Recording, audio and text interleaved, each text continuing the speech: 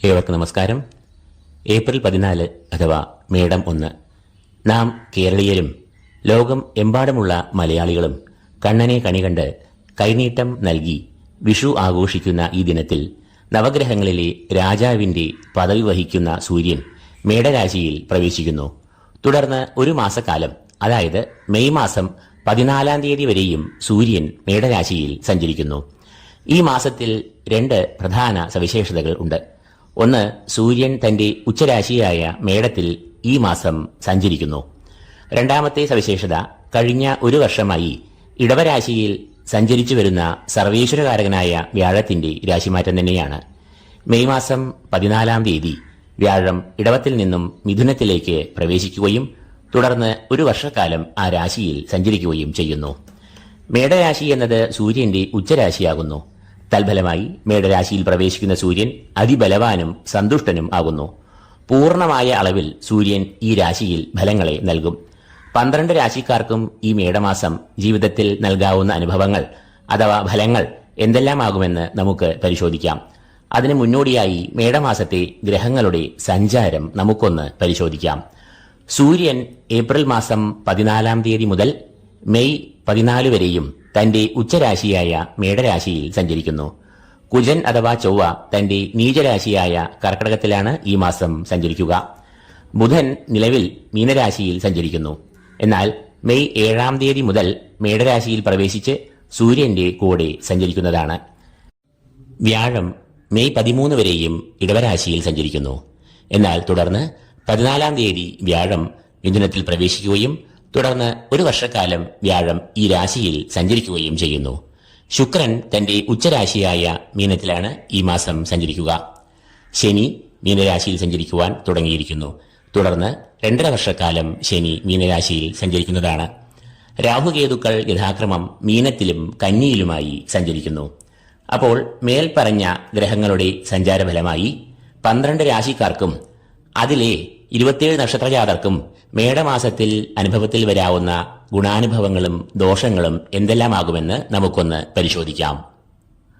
അപ്പോൾ മേൽപ്പറഞ്ഞ ഗ്രഹങ്ങളുടെ സഞ്ചാരഫലമായി വൃശ്ചികക്കൂറുകാർക്ക് മേടമാസത്തിൽ അനുഭവത്തിൽ വരാവുന്ന ഫലങ്ങൾ എന്തെല്ലാം ആകുമെന്ന് നമുക്കൊന്ന് വിശകലനം ചെയ്യാം. വിശാഖം, കാൽ, അനീഴം, തൃക്കേട്ട എന്നീ നക്ഷത്രങ്ങളാണ് ഈ കൂറിൽ വരുന്നത്. സൂര്യൻ ഈ കൂറുകാരുടെ 6ാം ഭാവത്തിൽ കൂടിയാകും ഈ മാസം ഉച്ചനായി സഞ്ചരിക്കുക. ഇഷ്ടഭാവമായ 6ാം ഭാവത്തിലൂടെ സഞ്ചരിക്കുമ്പോൾ പോരാട്ട ഗുണം, ആത്മവിശ്വാസം, ഊർജ്ജസ്വലത എന്നിവയെ എല്ലാം സൂര്യൻ നൽകുന്നു. അതുകൊണ്ട് തന്നെ ഈ കൂറുകാർക്ക് സർവ്വകാര്യ വിജയം, മത്സര പരീക്ഷകളിൽ മുന്നേറ്റം, ശത്രുനാശം എന്നിവ ഈ സമയത്ത് ഉണ്ടാകും. ഔദ്യോഗിക മേഖലയിലും സമൂഹത്തിലും എല്ലാം സൂര്യൻ ഇവർക്ക് നായകത്വം, ജനസമ്മിതി എന്നിവയെ നൽകും. ശാരീരികവും മാനസികവുമായ ഉണർവ്, ഓജസ് എന്നിവ ഇവർക്ക് വന്നുചേരും. സൂര്യൻ എന്നത് ഈ കൂറുകാരുടെ കർമ്മഭാവാധിപനുമാകുന്നു. കർമാധിപൻ ഇഷ്ടഭാവത്തിൽ സഞ്ചരിക്കുമ്പോൾ അത് കർമ്മപുഷ്ടി, ഔദ്യോഗിക മേഖലയിൽ അംഗീകാരം, പ്രമോഷൻ, മേലധികാരികളുടെ പ്രശംസ, സഹപ്രവർത്തകരുടെ സഹകരണം, ബിസിനസ്സിൽ പുരോഗതി, ലാഭം, വളർച്ച എന്നിവയെ എല്ലാം നൽകും.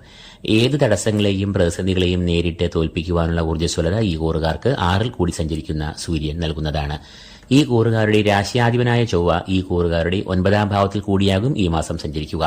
9ാം ഭാവം എന്നത് ഭാഗ്യഭാവം എന്നാണ് അറിയപ്പെടുന്നത്. ഈശ്വരകടാക്ഷം, ഗുരുകടാക്ഷം, പിതൃപുണ്യം എന്നിവയെ എല്ലാം ഈ ഭാവത്തെ കൊണ്ട് നിർണ്ണയിക്കുന്നു. എന്നാൽ ചൊവ്വ ഈ ഭാവത്തിലൂടെ നീചനായി സഞ്ചരിക്കുമ്പോൾ അത് ഈ ഭാവത്തിന് ദോഷത്തെ വരുത്താം. തൽഫലമായി നിർഭാഗ്യം പിടികൂടാം. പെട്ടെന്ന് നടക്കേണ്ട കാര്യങ്ങൾ പോലും നടന്നു കിട്ടുവാൻ കുറച്ച് ബുദ്ധിമുട്ടേണ്ടി വരിക, കാര്യതടസ്സം, കാര്യപരാജയം എന്നിവയെ എല്ലാം ചൊവ്വ നൽകാം. കൂടാതെ മാനസികമായും ശാരീരികമായും ക്ലേശങ്ങൾ, അസ്വസ്ഥതകൾ എന്നിവ വന്നുചേരാം. ബുധൻ ഈ കൂറുകാരുടെ 5, 6 എന്നീ ഭാവങ്ങളിൽ കൂടിയാകും ഈ മാസം സഞ്ചരിക്കുക. 5ൽ കൂടി സഞ്ചരിക്കുന്ന ബുധൻ സന്താനക്ലേശം, വിദ്യാതടസ്സം, അലസത, പരാജയം, ആശയവിനിമയത്തിൽ അപാകതകൾ എന്നിവയെ സൃഷ്ടിക്കാം. കൂടാതെ 5ാം ഭാവം മനസ്സിനെ കുറിക്കുന്നു എന്നതിനാൽ ബുധൻ 5ൽ സഞ്ചരിക്കുമ്പോൾ ഇവർക്ക് ആശയക്കുഴപ്പങ്ങൾ, ആകുലത, മാനസികമായ ചില സംഘർഷങ്ങൾ എന്നിവയും അനുഭവത്തിൽ വരാം. എന്നാൽ മെയ് 7 തീയതി മുതൽ ഈ കൂറുകാരുടെ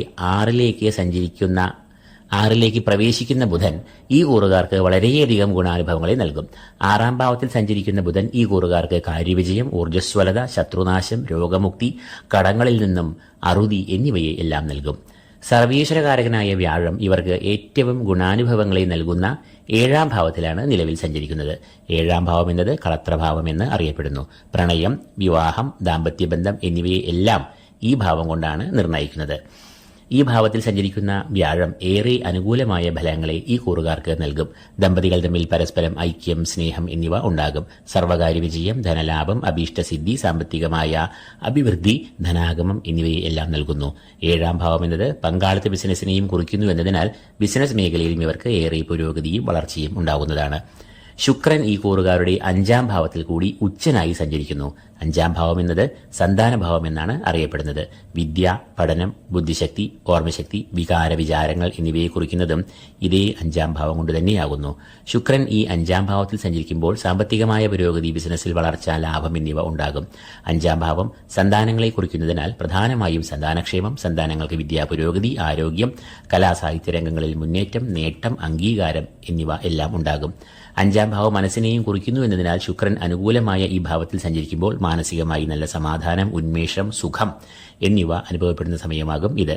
പൂർവ്വപുണ്യം ഈ സമയത്ത് അധികരിച്ചു നിൽക്കുന്നു എന്നതിനാൽ ഗുരുത്വം, ഈശ്വരകടാക്ഷം എന്നിവ സകല പ്രവൃത്തികളിലും ഉണ്ടാകുകയും ചെയ്യും. ശനി ഈ കൂറുകാരുടെ കേന്ദ്രഭാവവും കണ്ടകഭാവവുമായ 4ാം ഭാവത്തിൽ നിന്നും 5ാം ഭാവത്തിലേക്ക് പ്രവേശിച്ചിരിക്കുന്നു. 5ാം ഭാവം എന്നത് സന്താനങ്ങളെ കുറിക്കുന്നു. കൂടാതെ ബുദ്ധിശക്തി, പഠനം, ചിന്തകൾ എന്നിവയും ഈ ഭാവത്തെ കൊണ്ട് ചിന്തിക്കുന്നു. ശനി 5ലേക്ക് പ്രവേശിക്കുകയും സഞ്ചരിക്കുകയും ചെയ്യുമ്പോൾ ഇവർക്ക് വളരെയധികം ഗുണാനുഭവങ്ങളെ നൽകുന്നു. 5ാം ഭാവം ഉപാസനാമൂർത്തികളുടെയും ആത്മീയ ചിന്തകളുടെയും കൂടി ഭാവം ആകയാൽ ഇവർക്ക് ശനി 5ൽ കൂടി സഞ്ചരിക്കുമ്പോൾ കുടുംബദൈവത്തിന്റെ അല്ലെങ്കിൽ ഉപാസനാമൂർത്തികളുടെ ചൈതന്യം ഉണരുന്നു. അതിനാൽ ഈ കൂറുകാർ തങ്ങളുടെ പരദേവത, കുടുംബദേവത എന്നിവർക്കായി വഴിപാടുകൾ കഴിക്കുക, അവരെ നന്നായി ആരാധിക്കുക. തൽഫലമായി കുടുംബത്തിൽ ക്ഷേമം, ഐശ്വര്യം, ധനം എന്നിവ വർദ്ധിക്കുന്നു. സന്താനങ്ങൾക്കും ഏറെ അഭിവൃദ്ധി, വിദ്യാപുരോഗതി എന്നിവ ഈ സമയത്ത് ഉണ്ടാകും. അപ്പോൾ വൃശ്ചികക്കൂറുകാർക്ക് മേടമാസത്തിൽ സൂര്യൻ, വ്യാഴം, ശുക്രൻ, ശനി എന്നീ പ്രബലരായ 4 ഗ്രഹങ്ങൾ ഏറെ സൗഭാഗ്യങ്ങളും ഈശ്വരകടാക്ഷവും നൽകുന്ന നിലയിൽ ഇഷ്ടഭാവങ്ങളിൽ സഞ്ചരിക്കുന്നു. ബുധനും ഇവർക്ക് മാസത്തിന്റെ 2ാം പകുതിക്ക് ശേഷം ഏറെ ഗുണാനുഭവങ്ങളെ നൽകുന്നു. രാശ്യാധിപനായ ചൊവ്വ ഈ കൂറുകാർക്ക് ഭാഗ്യഭാവത്തിൽ പ്രതികൂലനായി സഞ്ചരിക്കുന്നുവെന്നും അറിയുക. എന്നാൽ ചൊവ്വയുടെ ആ ദോഷങ്ങളെ ഉപാസനാമൂർത്തികളുടെ ഭാവമായ 5ാം ഭാവത്തിൽ നിന്നുകൊണ്ട് ശനിയും ശുക്രനും തടുക്കുകയും ചെയ്യുന്നു. അതുകൊണ്ട് തന്നെ ചൊവ്വയുടെ അനിഷ്ടസ്ഥിതി ഈ കൂറുകാരെ ബാധിക്കുകയില്ല. തൽഫലമായി വൃശ്ചികക്കൂറുകാർക്ക് ഈ മാസം വളരെയധികം ഈശ്വരകടാക്ഷവും ഉച്ചസ്ഥിതനായ സൂര്യൻ നൽകുന്ന ഊർജ്ജവും ലഭിക്കുവാനുള്ള ഭാഗ്യവും അതിലൂടെ ഏറെ ഉജ്ജ്വലവും ശോഭനവുമായ ഒരു മാസക്കാലവും വന്നുചേരുന്നു.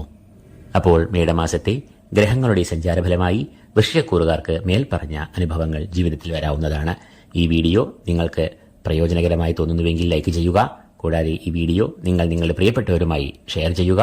ഈ ചാനൽ സബ്സ്ക്രൈബ് ചെയ്യാത്തവർ സബ്സ്ക്രൈബ് ചെയ്യുക. ഏവർക്കും വിഷു ആശംസകൾ നേർന്നുകൊണ്ട് നിർത്തുന്നു. നന്ദി, നമസ്കാരം.